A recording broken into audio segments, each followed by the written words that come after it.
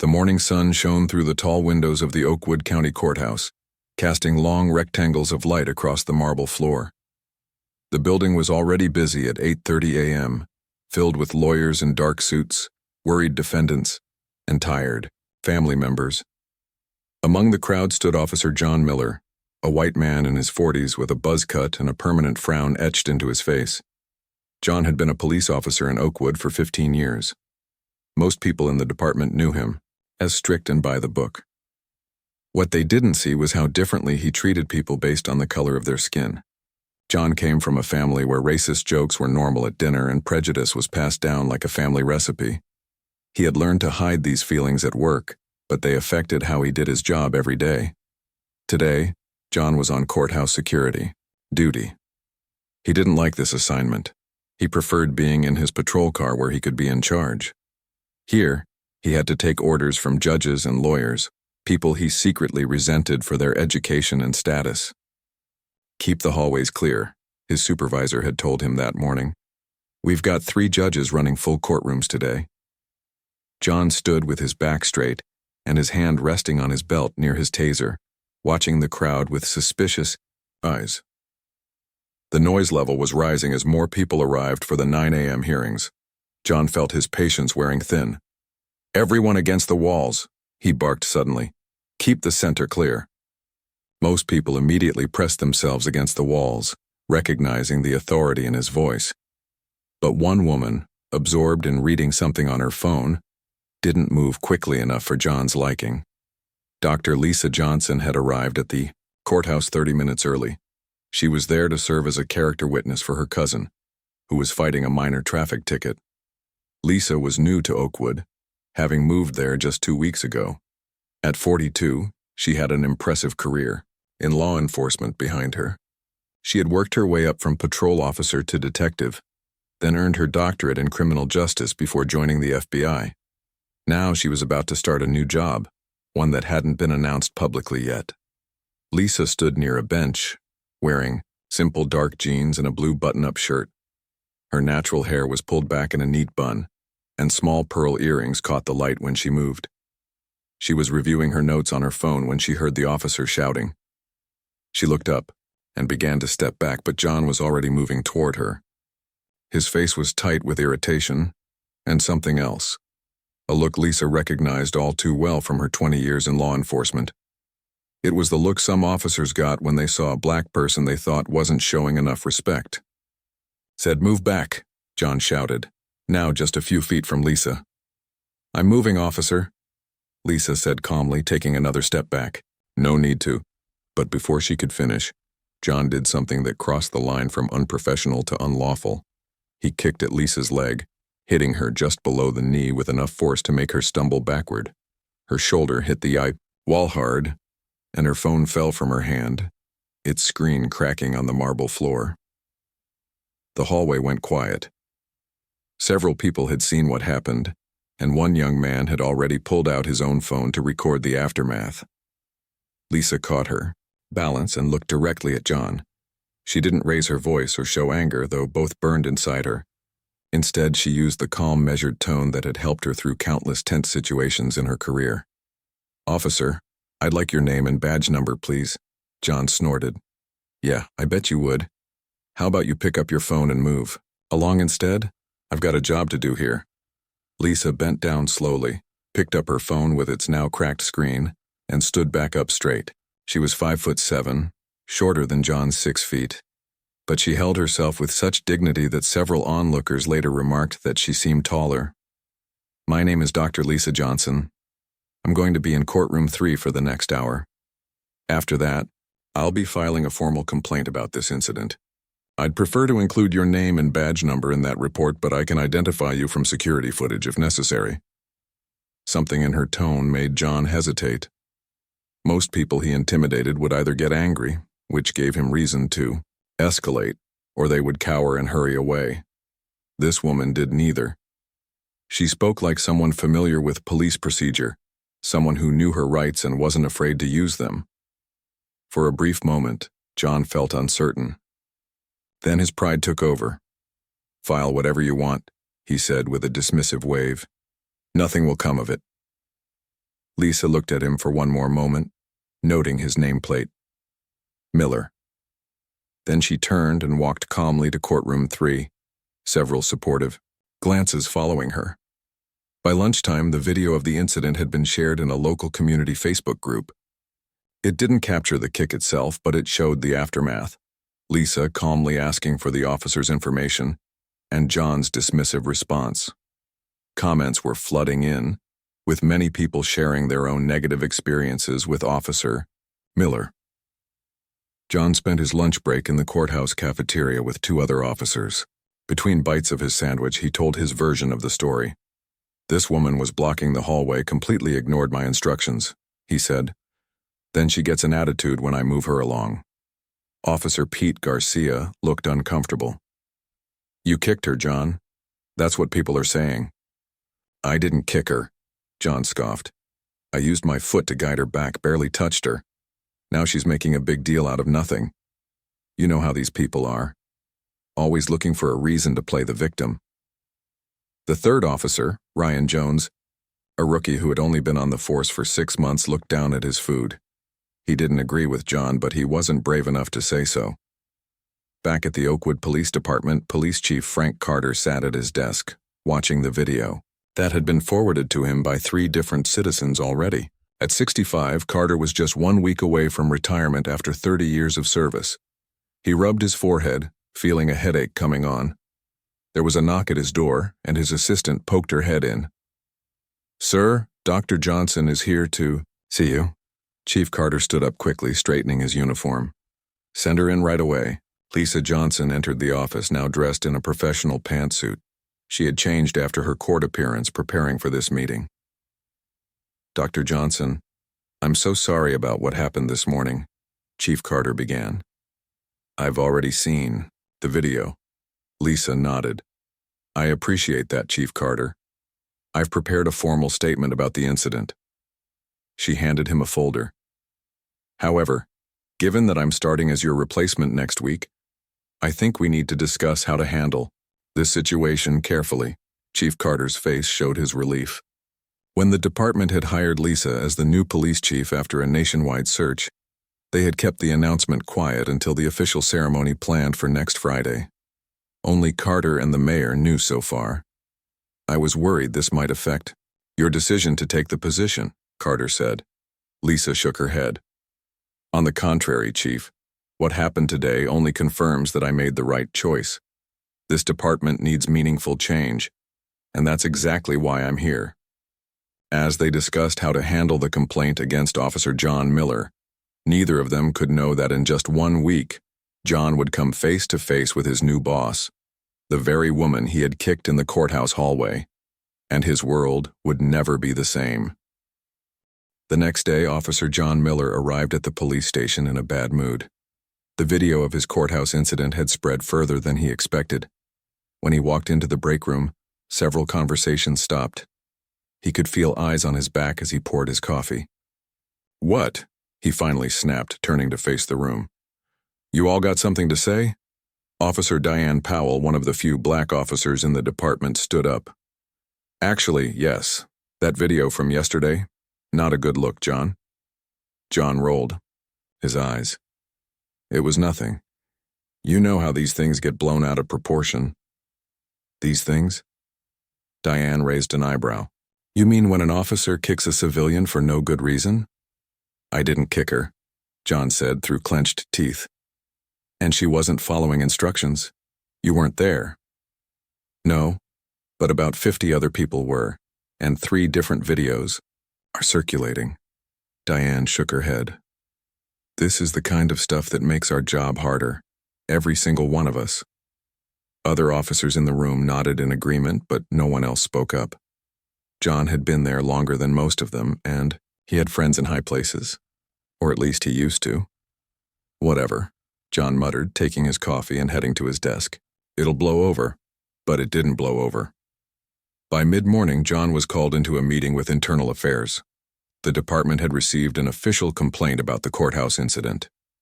John sat across from Lieutenant Sam Baker, a serious man with gray hair and tired eyes who had run Internal Affairs for the past decade.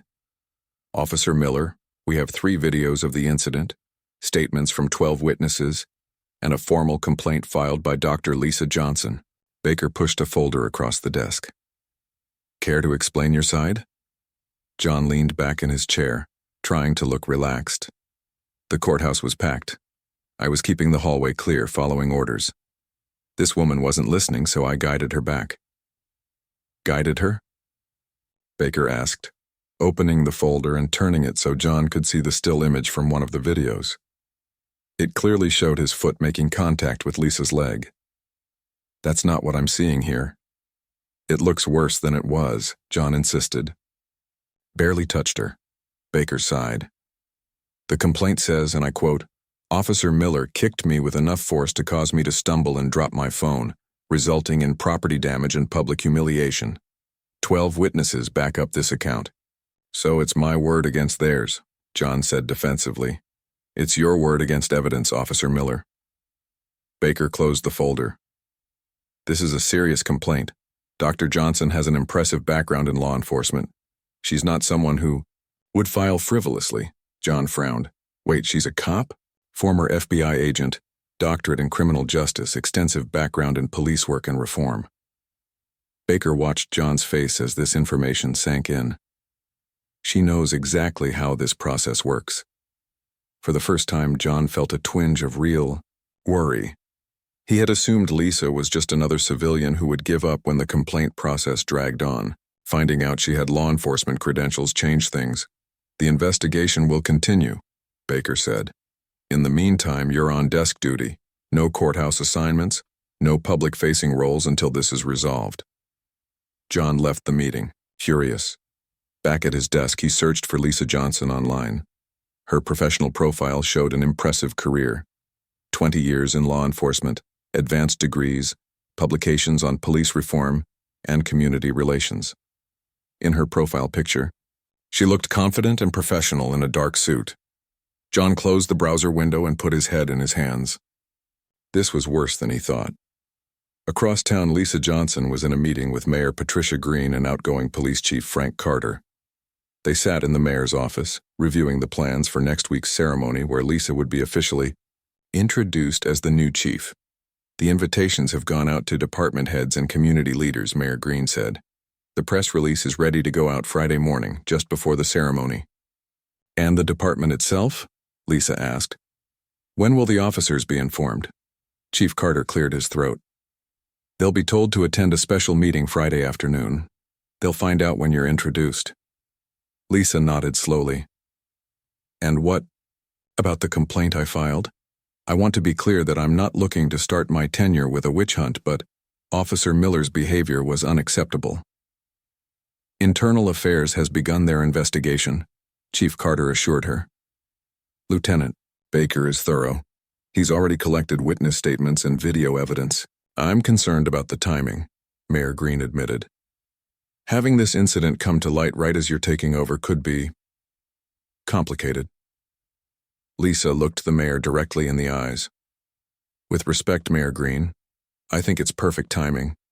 What happened to me yesterday happens to citizens in this town every day. The only difference is that I'm in a position to do something about it." The mayor looked uncomfortable, but nodded. "Of course, we hired you because of your commitment to reform. I just want your transition to be smooth." "Real change is never smooth," Lisa said firmly. "But it is necessary." After the meeting, Lisa drove to her new house. She had only been in Oakwood for 2 weeks, and many of her belongings were still in boxes. She made herself a cup of tea and sat at her kitchen table, reviewing her notes for her first week as chief. She had done extensive research on the Oakwood Police Department before accepting the position. The department had a history of complaints about excessive force and racial bias, but most were dismissed without serious investigation. Officer John Miller had 5 previous complaints in his file, all from Black or Latino citizens, all dismissed due to lack of evidence or conflicting accounts. Lisa hadn't expected to become one of those statistics herself before she even started the job. Her phone rang. It was her cousin Jamal. "Hey, how did it go in court today?" Lisa asked. "Judge dismissed the ticket when the officer didn't show," Jamal said. But forget that, are you okay? That video of the cop pushing you is all over Facebook. I'm fine, Lisa assured him. Just a bruise on my leg and a cracked phone screen. You should sue, Jamal said angrily. That was straight-up assault. Lisa smiled slightly. I have a different approach in mind, one that might create actual change. What do you mean? You'll see next week, Lisa said. For now, let's just say that Officer Miller is in for a surprise. Meanwhile, back at the police station, John was complaining to his friend Sergeant Bill Davis in the parking lot after their shift. This whole thing is ridiculous, John said, as they stood by their cars. She barely got touched, and now I'm on desk duty pending an investigation. Bill looked uncomfortable. I saw the video, John. It didn't look good. Not you too, John groaned. Look, next week this will all be forgotten. Chief Carter retires. We get some new boss who will be too busy figuring out where the bathrooms are to care about this nonsense. Any word on who the new chief will be? Bill asked, changing the subject. Some outsider, John shrugged. Carter's kept it quiet. Probably another politician type who's never worked the streets. Bill nodded thoughtfully. Well, whoever it is, try not to kick them on their first day. Very funny, John said sarcastically, getting into his car. As he drove home, he convinced himself that the complaint would go nowhere. He had survived worse over his 15 years on the force. What John didn't know was that in just 1 week, he would come face to face with Lisa Johnson again. And this time she wouldn't be just another civilian in a courthouse hallway. She would be his boss. Friday morning arrived with clear skies and warm sunshine. At the Oakwood Police Department, there was a buzz of excitement and curiosity. Today was the day they would meet their new police chief. Officers and staff hurried to finish their morning tasks before the special afternoon ceremony. John Miller sat at his desk, still angry about being on desk duty. The week had been long and boring. He missed being out on patrol where he felt in control. The internal affairs investigation into the courthouse incident was moving forward, but John wasn't worried.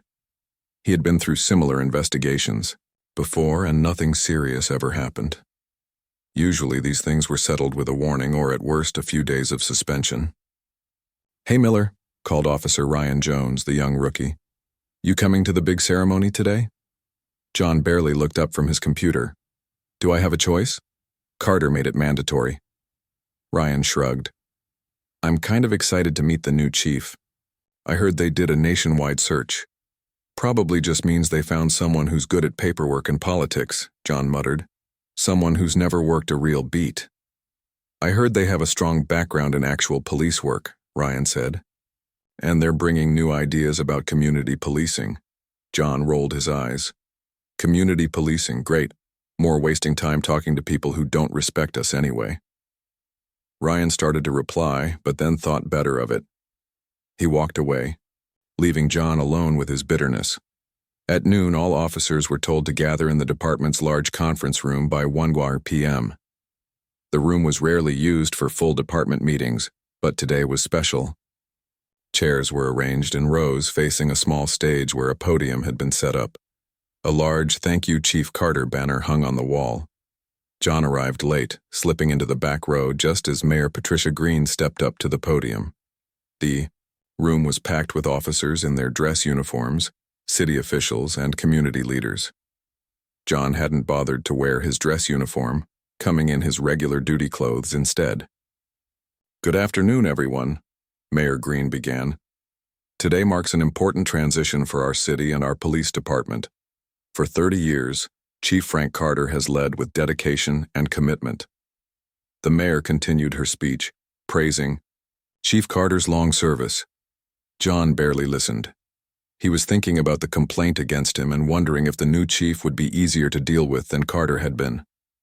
Chief Carter then took the podium, his silver hair gleaming under the lights. He spoke about his years of service and how proud he was of the department. His voice grew emotional as he neared the end of his speech. And now, Carter said, it is my great honor to introduce your new leader. This person brings exceptional credentials and a fresh perspective that will help Oakwood move forward. Please join me in welcoming your new police chief, Dr. Lisa Johnson. The room filled with applause as a woman walked confidently onto the stage.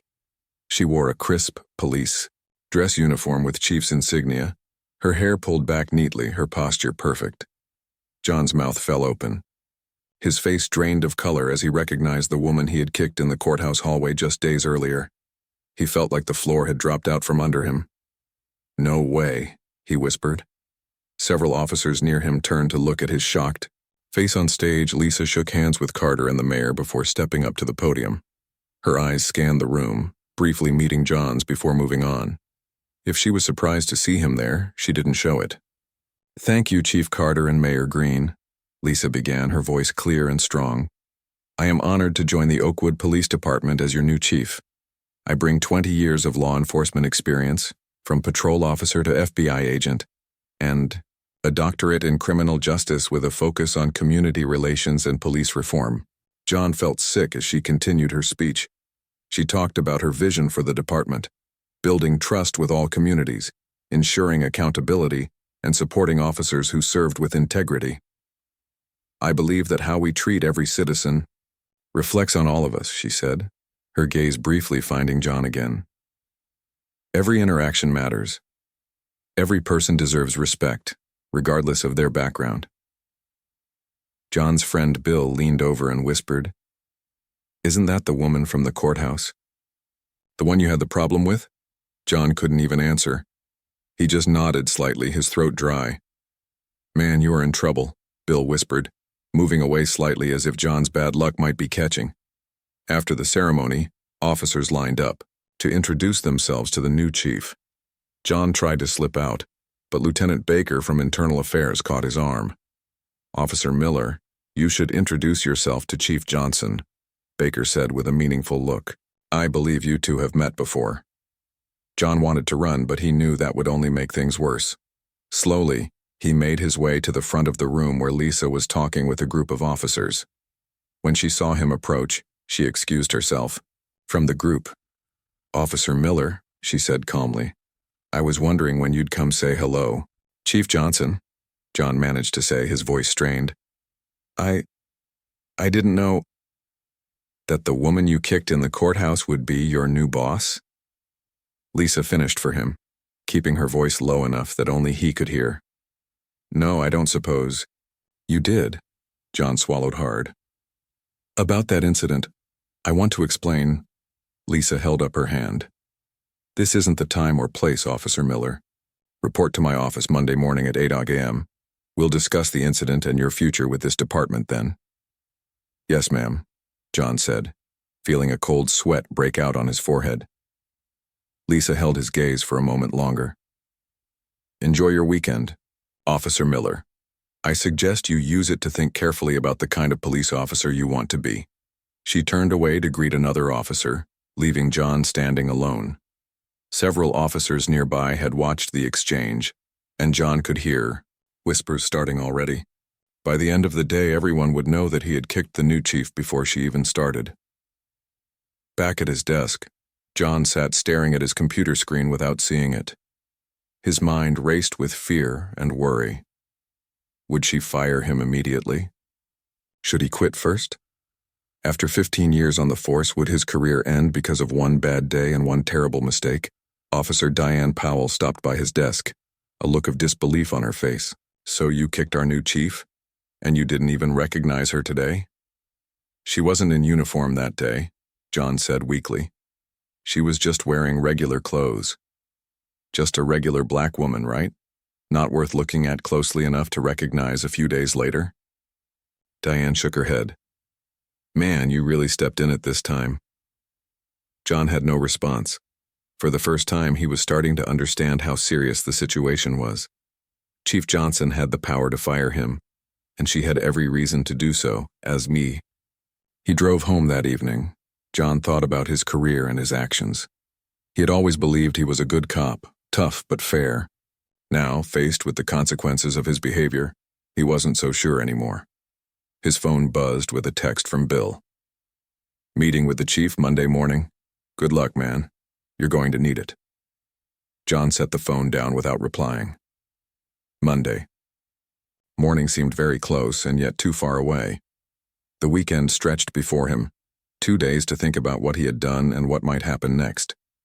What he didn't know was that Chief Lisa Johnson was also thinking about their upcoming meeting, and she already had a plan for Officer John Miller. A plan that would either end his career or transform it completely. The weekend passed too quickly for John Miller.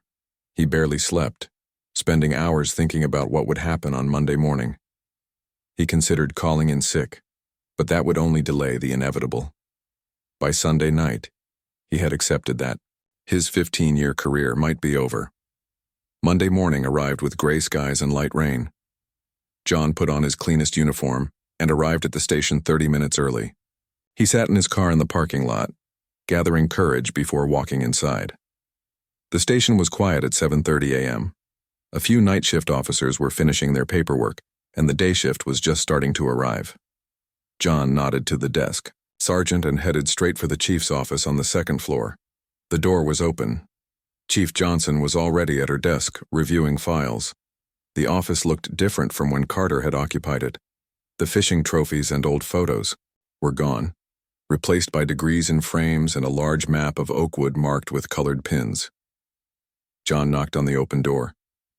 Lisa looked up, her face neutral. "Officer Miller, you're early." "Yes, ma'am," John said, standing stiffly. "Come in and close the door." John did as he was told. He remained standing in front of her desk, hands clasped behind his back like a soldier. "At attention." "Sit down," Lisa said, gesturing to a chair.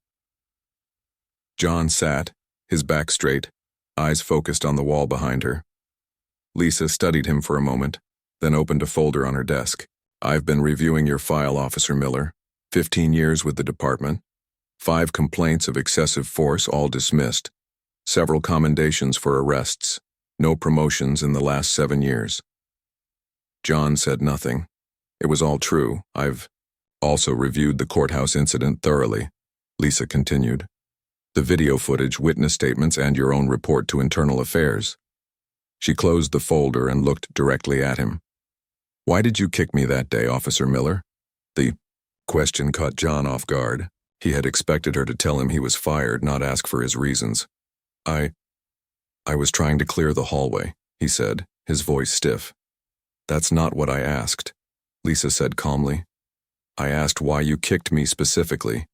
There were at least 20 people in that hallway. Why did you physically assault me and not someone else?" John shifted uncomfortably in his chair. "You weren't following instructions." Several people didn't move immediately. An elderly white man was still sitting on a bench. A group of young lawyers were talking near the water fountain. "Why me, Officer Miller?" John struggled to find an answer that wouldn't make things worse. "It was a busy day. I made a bad decision." Lisa leaned forward. "I think we both know there was more to it than that. But let me ask you something else. If I had been a white woman in that hallway, would you have kicked me?" The question hung in the air between them. John wanted to say yes. That race had nothing to do with it, but he knew deep down that wasn't true. He had reacted to Lisa differently because she was black. "I don't know," he finally admitted, looking down at his hands. Lisa nodded, as if his answer confirmed something she already knew. At least that's honest. She stood up and walked to the window, looking out at the rain for a moment before turning back to him. "I have 2 options here, Officer Miller. The first is simple. I fire you for misconduct. With the video evidence and witness statements, you would lose any appeal. Your career in law enforcement would be over." John's stomach twisted. He had known this was coming, but hearing it said out loud made it real. "What's the second option?" he asked quietly. "The second option is more difficult for both of us." Lisa returned to her desk and sat down. "Instead of firing you, I put you on a 6-month improvement plan with several requirements." She picked up another paper from her desk. "First, you would be assigned to work under Sergeant Harris in our Community Outreach Division. You would attend required training on implicit bias, de-escalation techniques, and community policing. You would complete 100 hours of community service at the East Oakwood Youth Center. East Oakwood was predominantly black and Latino, an area John usually avoided except for arrests. Additionally, Lisa continued, you would meet weekly with a department psychologist to discuss your approach to policing and your interactions with the public. At the end of 6 months, I would review your progress and decide if you can return to regular duties. John frowned. So I'd be a social worker instead of a real cop. Lisa's expression hardened. That attitude is exactly the problem, Officer Miller. Being a real cop isn't about making arrests and intimidating people. It's about serving and protecting all citizens regardless of what they look like or where they live. John looked away, embarrassed by his comment. Why would you even offer me a second chance? He asked after a moment. Why not just fire me? Lisa sighed. Because firing you is easy, but it doesn't solve the larger problem. You're not the only officer in this department with biased attitudes. You're just the one who got caught on video kicking the wrong person. She leaned forward again. I believe in accountability, Officer Miller, but I also believe in redemption. People can change if they want to badly enough. John looked back at her, surprised. He had expected anger and revenge, not this calm offer of a second chance. So what's your decision? Lisa asked. Option 1 or option 2? John didn't hesitate. Option 2. I want to keep my job. Lisa nodded. I thought you might say that, but I need to be clear about something. This isn't just about keeping your job. This is about becoming a different kind of police officer. If you're just going through the motions until you can get back to your old ways, it won't work. I understand, John said, though he wasn't sure he did. Do you? Lisa asked, her eyes searching his face. Because this won't be easy. You'll face skepticism from the community and some of your fellow officers. You'll have to confront attitudes and beliefs you've held for years. You'll need to really see the people you've been policing, not just as threats or problems, but as human beings deserving of respect. Her words made John uncomfortable, but he nodded anyway. I'm willing to try. Good, Lisa said. She handed him a document. This is your improvement plan. Review it, sign it, and return it to me by the end of the day. You'll start with Sergeant Harris tomorrow morning. John took the paper and stood up. Thank you for the second chance, Chief Johnson. Lisa's expression was serious. Don't thank me yet, Officer Miller. The hard work is just beginning. You'll be thanking me if you make it through the next 6 months and become the kind of officer this community deserves. As John turned to leave, Lisa added, One more thing, Officer Miller. He stopped and looked back. I meant what I said at the ceremony. Every interaction matters. Every person deserves respect. Starting today, that's the standard you'll be held to. Not just with me, but with everyone you encounter wearing that badge. John nodded and left the office, closing the door behind him. In the hallway, he leaned against the wall for a moment, letting out a long breath. He had kept his job, but at what cost? Could he really change the way Chief Johnson wanted him to? Outside the building, the rain had stopped and the sun was trying to break through the clouds. John looked at the improvement plan in his hand. 6 months of community service, training, therapy, and working under Sergeant Harris, who was known for his community-first approach to policing. His phone buzzed. It was a text from Bill. Still employed? John typed back, Yes, but things are going to be different. As he walked to his car, John wasn't sure if he felt relieved or anxious about what lay ahead. One thing was certain. His encounter with Lisa Johnson in that courthouse hallway had changed the course of his career and perhaps his life. The next 6 months would determine if that change was for better or worse. 6 months passed slowly for Officer John Miller. Each day brought new challenges as he worked to complete Chief Johnson's improvement plan. The first weeks were the hardest. Officers who had once been his friends now kept their distance. Some thought he had gotten off too easily. Others were waiting to see him fail. Sergeant Alan Harris, a 50-year-old black officer with 25 years on the force, became John's supervisor and mentor. Harris had grown up in East Oakwood and knew every street, every family, and every problem in the neighborhood. On their first day together, he made his expectations clear. I don't care about your past, Miller, Harris said as they drove through East Oakwood in a patrol car. I care about what you do today and tomorrow. These are good people here. They deserve good policing. The East Oakwood Youth Center became John's second home as he worked to complete his community service hours. At first, the teenagers there treated him with suspicion and hostility. They had seen the viral video of him kicking Dr. Johnson and made it clear they weren't impressed. "Why should we trust you?" asked Darnell, a 16-year-old who was a natural leader among the teens. "You're just here because you got caught." "You're right," John admitted, surprising himself with his honesty. "I am here because I got caught, but I'm trying to learn from it." Over time, John helped with basketball practice, tutored kids in math, and fixed broken equipment around the center. Slowly, the teens began to see him as a person, not just a uniform. And John began to see them differently, too. The weekly sessions with Dr. Rebecca Wong, the department psychologist, were uncomfortable, but necessary. She pushed John to examine beliefs he had held his entire life. "Where do you think your biases come from?" she asked during one session. John thought about his father and grandfather, both former cops who had taught him to be suspicious of people who didn't look like him. "My family, I guess. And then the job kind of reinforced it." "The job reinforced it, or you chose to see what confirmed what you already believed?" Dr. Wong asked. Questions like these forced John to think in ways he never had before. He began to recognize patterns in how he had policed different neighborhoods and interacted with different people. The required training classes on implicit bias and de-escalation techniques gave John new tools. He learned about the history of policing in America and how it had often been used to control rather than protect certain communities.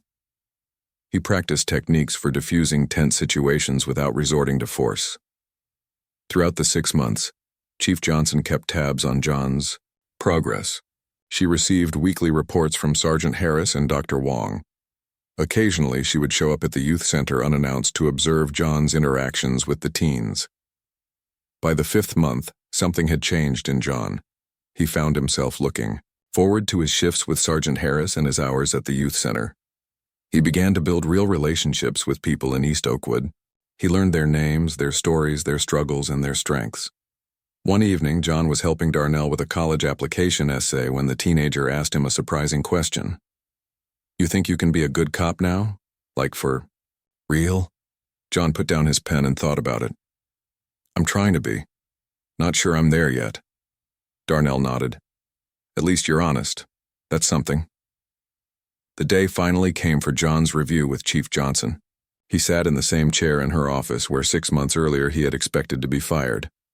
"Officer Miller," Lisa began, opening a thick folder. "I've reviewed all the reports on your progress. Sergeant Harris says your approach to community policing has improved significantly. Dr. Wong reports that you've engaged meaningfully in your sessions. The director of the youth center says the teens there have come to respect you." John nodded, waiting for the but he was sure was coming. "I've also reviewed your recent patrol records," Lisa continued. "No complaints. Several commendations from community members. A notable decrease in use of force incidents." She closed the folder and looked at him directly. "So, Officer Miller, tell me what you've learned these past 6 months." John had prepared for this question, but now that the moment was here, he found it hard to put into words. "I've learned that being a good cop isn't about how many arrests you make or how tough you are. It's about building trust and actually protecting people." "And what about your biases?" Lisa asked. "The reason we're here in the first place?" John took a deep breath. "They're still there sometimes. Dr. Wong says they probably always will be, but now I recognize them when they come up. I question my first reactions. I try to see the person in front of me, not just what group they belong to." Lisa nodded. "That's a start. Recognizing bias is the first step to overcoming it." She leaned back in her chair. "Based on the reports and my own observations, I'm returning you to regular duties, effective next week." Relief washed over John. "Thank you, Chief Johnson. But," Lisa held up a hand, "you'll continue working in the East Oakwood district with Sergeant Harris for the next 6 months. And you'll continue your work at the youth center, though no longer as required community service." John was surprised. "You want me to stay at the youth center, even though my hours are done?" Those teens have come to count on you, Lisa said simply. Walking away now would send the wrong message about your commitment to change. John nodded. I understand, and honestly, I'd like to keep working with them. Good. Lisa stood up. Oakwood needs officers who understand that real policing is about building relationships, not just enforcing laws. As John stood to leave, he remembered something. Chief Johnson, I never properly apologized for what happened at the courthouse. I am truly sorry for how I treated you that day. Lisa studied him for a moment. I appreciate that, Officer Miller. But I wasn't the only person you treated badly in your 15 years on the force. I just happened to be the one who could do something about it. John nodded, understanding her point. I know, and I'm sorry for that too. Prove it, Lisa said simply. Not with words, but with how you police this community going forward. The next day, John was on patrol with Sergeant Harris in East Oakwood when they received a call about a disturbance at a local park. When they arrived, they found a group of teenage boys arguing loudly, with a crowd gathering to watch. 6 months ago, John would have approached aggressively, assuming the worst. Now he recognized several of the teens from the youth center. He calmly walked over with Harris hanging back to observe. Darnell, Marcus, John called out to 2 of the boys he knew. What's going on here? The argument was over a disputed basketball game, nothing serious. John listened to both sides, suggested a rematch the next day at the youth center with him as referee, and watched as the tension dissolved. As they walked back to the patrol car, Sergeant Harris nodded approvingly. Not bad, Miller, not bad at all. John smiled slightly. Just doing my job. That's the point, Harris said. This is the job. Keeping the peace doesn't always mean making arrests. That evening, John was finishing paperwork when Chief Johnson stopped by his desk. I heard about how you handled the situation at the park. Today. Good work. Thank you, Chief, John said, surprised by the compliment. As she turned to leave, Lisa added, You know, Officer Miller, when I took this job, some people told me I couldn't change this department, that officers like you were set in their ways. And what did you tell them? John asked. Lisa smiled slightly. I told them that sometimes people can surprise you, if they're given the right reasons to change. As she walked away, John thought about how different his life was now compared to 6 months ago. The officer who had kicked a black woman in a courthouse hallway was still there inside him somewhere, but he wasn't the same person anymore. One mistake had led to the hardest 6 months of his life, but also to growth he never expected. Tomorrow, he would go back to the youth center to referee that basketball game he had promised. He was looking forward to it. That, more than anything, showed how much had changed.